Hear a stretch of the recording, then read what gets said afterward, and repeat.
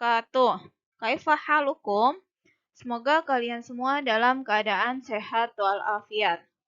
Oke, pagi hari ini kita akan melanjutkan pembelajaran kita pada buku Bupena 3D, tema 8, subtema 3 pada pembelajaran 1 dan 2.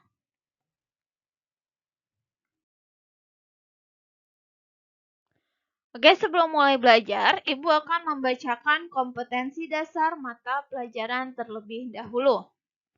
Mata pelajaran yang pertama Bahasa Indonesia dengan KD 3.9.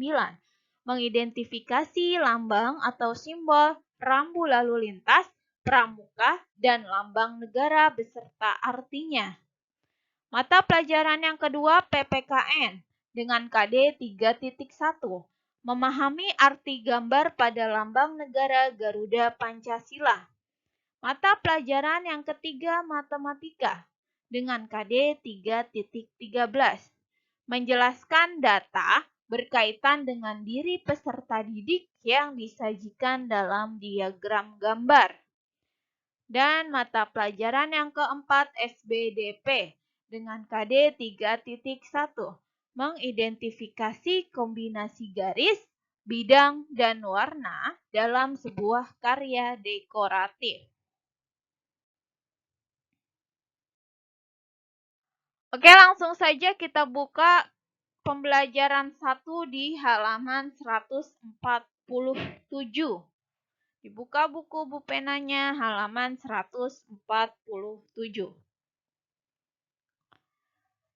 Rambu lalu lintas di jalan ada yang berupa rambu perintah. Nah, rambu perintah ini berbentuk lingkaran. Warna dasarnya biru dengan gambar atau tulisan berwarna putih dan merah.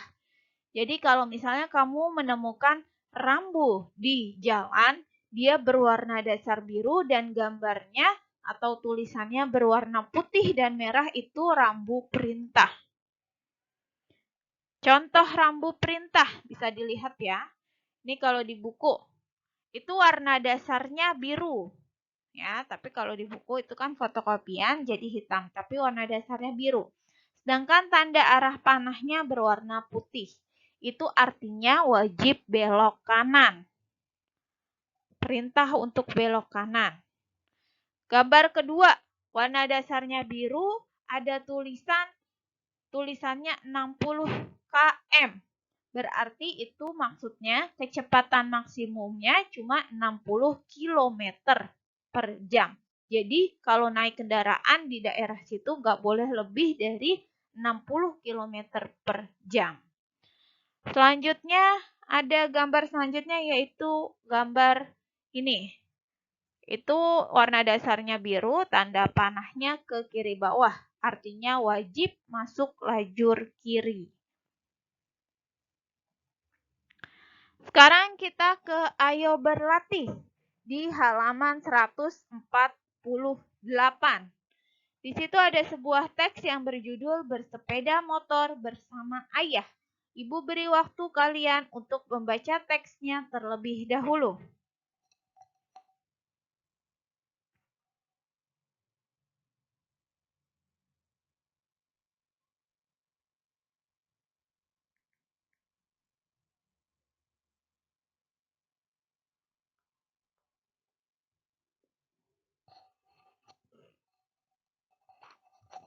Sudah?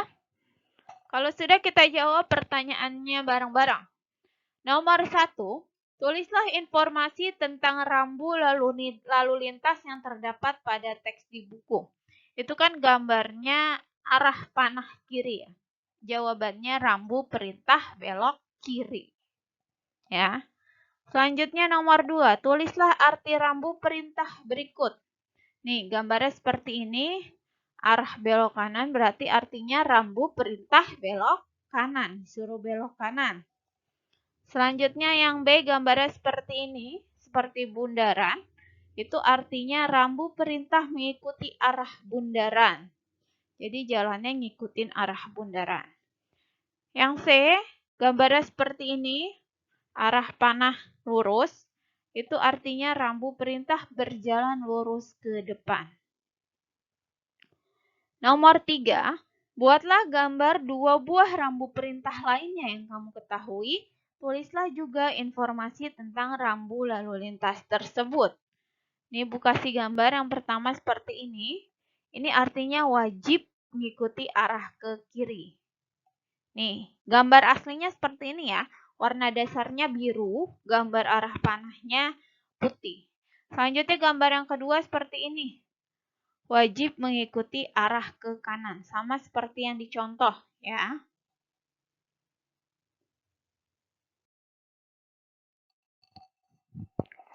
Oke, sekarang kita lanjutkan ke pelajaran matematika.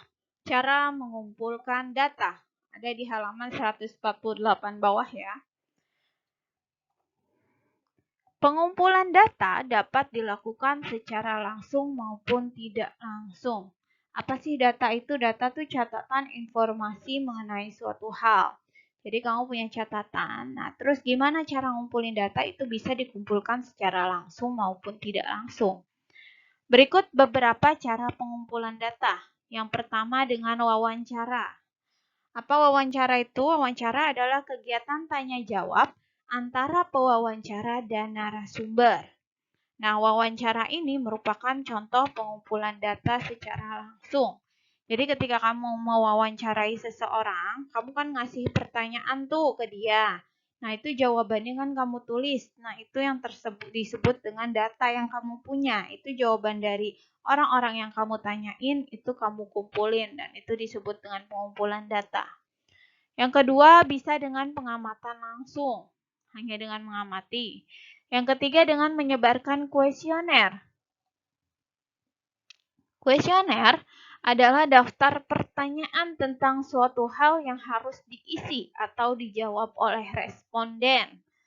Nah, kalau responden adalah orang yang menjawab kuesioner. Kalau kuesioner ini nggak mesti langsung, bisa dengan email. Kalau email kan nggak ketemu, nah, dikirim linknya aja terus diisi.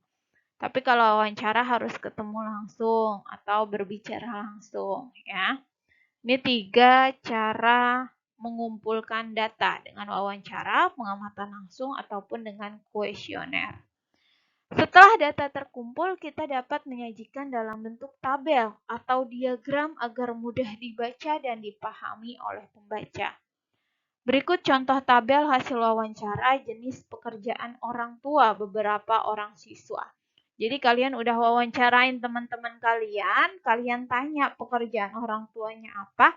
Setelah kalian dapat jawabannya, kalian udah ngumpulin datanya, dikasih tabel, dibikin tabel kayak begini. Yang orang tuanya pegawai negeri itu ada 8 siswa. Tulisannya dilihat gambarnya ya, itu cara menghitungnya sama seperti kalau misal lagi voting untuk memilih pemilihan ketua kelas atau pemilihan presiden kan masih begini ya. 5 dengan 3, maka ditulis 8 orang siswa yang orang tuanya pegawai negeri. Yang pegawai swasta ada 5 orang siswa. Yang petani ada 10 orang siswa dan yang bekerja sebagai wira swasta ada 14 orang siswa. Dari sini kalian kan udah dapet tuh datanya udah dikumpulin. Berarti yang paling banyak apa? Pekerjaan apa yang paling banyak? Yaitu wira swasta. Ya, ini cara membentuk di tabelnya. Cara membuat tabel hasil wawancara. Paham ya? Lanjutkan ke halaman 150 sampai 151. Menghias gambar dengan unsur rupa. Unsur rupa terdiri dari titik, garis, bidang, dan warna. Masih ingat ya? Nah, keempat unsur tersebut dapat digunakan untuk menghias gambar berupa bidang lain yang lebih besar. Jadi titik, garis, bidang, sama warna ini bisa digunakan untuk menghias bidang yang lebih besar. Cara menghiasnya yaitu dengan mengisi bidang yang lebih besar dengan unsur rupa. Jadi misalnya di dalamnya sudah ada sebuah kotak, kalian bisa menghias lagi kotak tersebut dengan berbagai macam titik, garis, atau dengan bidang-bidang lain. Kalian bikin lingkaran-lingkaran kecil dan kalian beri warna, itu bisa menghias gambar dekoratifnya ya. Nah, pengisian bidang sebaiknya memperhatikan ukuran dan komposisi semua unsur rupa supaya terlihat lebih indah. Ya, jadi harus memperhatikan ukuran dan komposisi semuanya. Kita lanjut ke pembelajaran 2 di halaman 151. Makna semboyan Bhinneka Tunggal Ika di lingkungan sekolah. Berikut contoh perwujudan sikap dalam menerapkan semboyan Bhinneka Tunggal Ika. Yang pertama, bermain dengan semua teman meskipun berbeda suku bangsa dan agama. Kamu kalau di sekolah, main sama teman-teman nggak ngelihat suku bangsa kan? Kalau agama karena sekolah kita adalah sekolah Islam, maka agamanya sama semua. Tapi kalau suku bangsa kan berbeda-beda. Nah, itu kalian main nggak ngelihat suku bangsanya? Masa yang Jawa main sama yang Jawa doang? Enggak kan? Tapi main dengan semua suku bangsa. Yang B, membantu teman yang kesulitan tanpa memandang perbedaan suku bangsa dan agama. Sama ya. Kita langsung ke ayo berlatih. Nomor 1, tulislah 2 contoh perwujudan sikap dalam menerapkan semboyan Bhinneka Tunggal Ika. Jawabannya, yang pertama bermain dengan semua teman meskipun berbeda suku bangsa dan agama. Yang kedua, membantu teman yang kesulitan tanpa memandang perbedaan suku bangsa dan agama. Nomor 2, tulislah contoh pengalamanmu menerapkan semboyan Bhinneka Tunggal Ika di sekolah. Ini yang kamu terapkan. Nah, yang tadi Ibu bilang, yang kamu terapkan adalah tetap bermain tanpa membeda-bedakan suku bangsa. Paham ya? Kita lanjut ke menjelaskan rambu lalu lintas berupa rambu peringatan. Kalau yang tadi yang warna dasarnya biru itu rambu perintah. Kalau ini peringatan. Berarti diingatkan ya. Nah, rambu peringatan memiliki latar berwarna kuning dan gambar atau tulisan berwarna hitam. Kalau sebelumnya perintah itu latarnya warna biru, terus gambarnya putih atau merah. Kalau ini latarnya warna kuning, tulisannya berwarna hitam. Contoh rambu peringatan antara lain sebagai berikut. Nih, ini sebenarnya warna dasarnya kuning ya. Terus gambarnya warna hitam. Ini artinya penyempitan jalan. Kalau kayak gini berarti kamu ketemu rambu kayak gini di jalan. Oh, hati-hati ada penyempitan jalan. Peringatan. Yang selanjutnya kayak gini. Ini berarti menandakan hati-hati tikungan ke kiri. Ada tikungan ke kiri ya. Dan yang ketiga, nih ada gambar kayak gini. Mobil bergoyang gitu ya. Itu artinya jalanan licin. Itu jalanannya yang bawah berkelok gitu, itu artinya jalanan licin. Ya. Ini asalnya warna dasarnya kuning. Kita ke ayo berlatih. Di situ ada sebuah teks yang berjudul Pergi Berkemah. Ibu beri waktu kalian untuk membaca teksnya terlebih dahulu.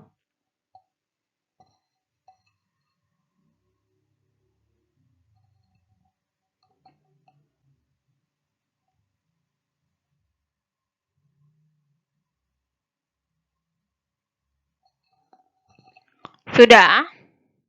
Oke, kalau sudah nomor 1 kita jawab. Rambu apa yang terdapat pada teks di buku? Jelaskan. Jawabannya, rambu peringatan jalan berkelok dan banyak tikungan. Ya. Selanjutnya nomor 2, tulislah arti dari rambu peringatan berikut. Nih, Ibu kasih gambar aslinya. Kalau di buku itu kan cuma hitam semuanya ya, kopian. Nah, gambar aslinya gini. Warna latarnya kuning, gambarnya hitam. Itu ada gambar mobil lagi turun, itu artinya hati-hati ada turunan. Jadi kalau ada gambar gini, oh di depan ada turunan. Gambar kedua kayak gini. Ini artinya ada tanjakan.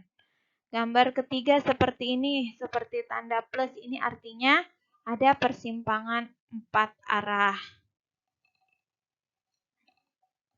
Nomor 3, menurutmu mengapa harus dipasang rambu jalan sebelum jalan menurun, menanjak, dan persimpangan 4 arah? Kenapa sih harus dipasang? Jawabannya, agar kita berjalan dengan hati-hati dan agar tidak terjadi kecelakaan. Biar nggak ngebut, kalau misalnya kamu nggak dikasih tahu ada turunan, kamu main ngebut-ngebut aja, oh tiba-tiba pas turunan, langsung kayak naik roller coaster. Ya, jadi harus hati-hati. Dan agar tidak terjadi kecelakaan. Nomor 4, menurutmu rambu apa saja yang sebaiknya ada di jalan raya sekitar lingkungan sekolah? Jawabannya gambar rambu zona selamat sekolah dan rambu penyeberang jalan kaki. Ya. Nomor 5, buatlah gambar 2 rambu peringatan lainnya yang kamu ketahui. Tulis juga informasi tentang rambu lalu lintas tersebut. Dilihat, ini ada gambarnya kayak gini, ini artinya banyak lalu lintas sepeda. Atau gambar seperti ini ada penyeberangan pejalan kaki. Ya. Oke, alhamdulillah pembelajaran kita pada pagi hari ini selesai. Terima kasih atas perhatiannya. Jika masih ada hal yang belum kalian pahami, silahkan ditanyakan ke wali kelas masing-masing. Akhirul kalam, wassalamualaikum warahmatullahi wabarakatuh.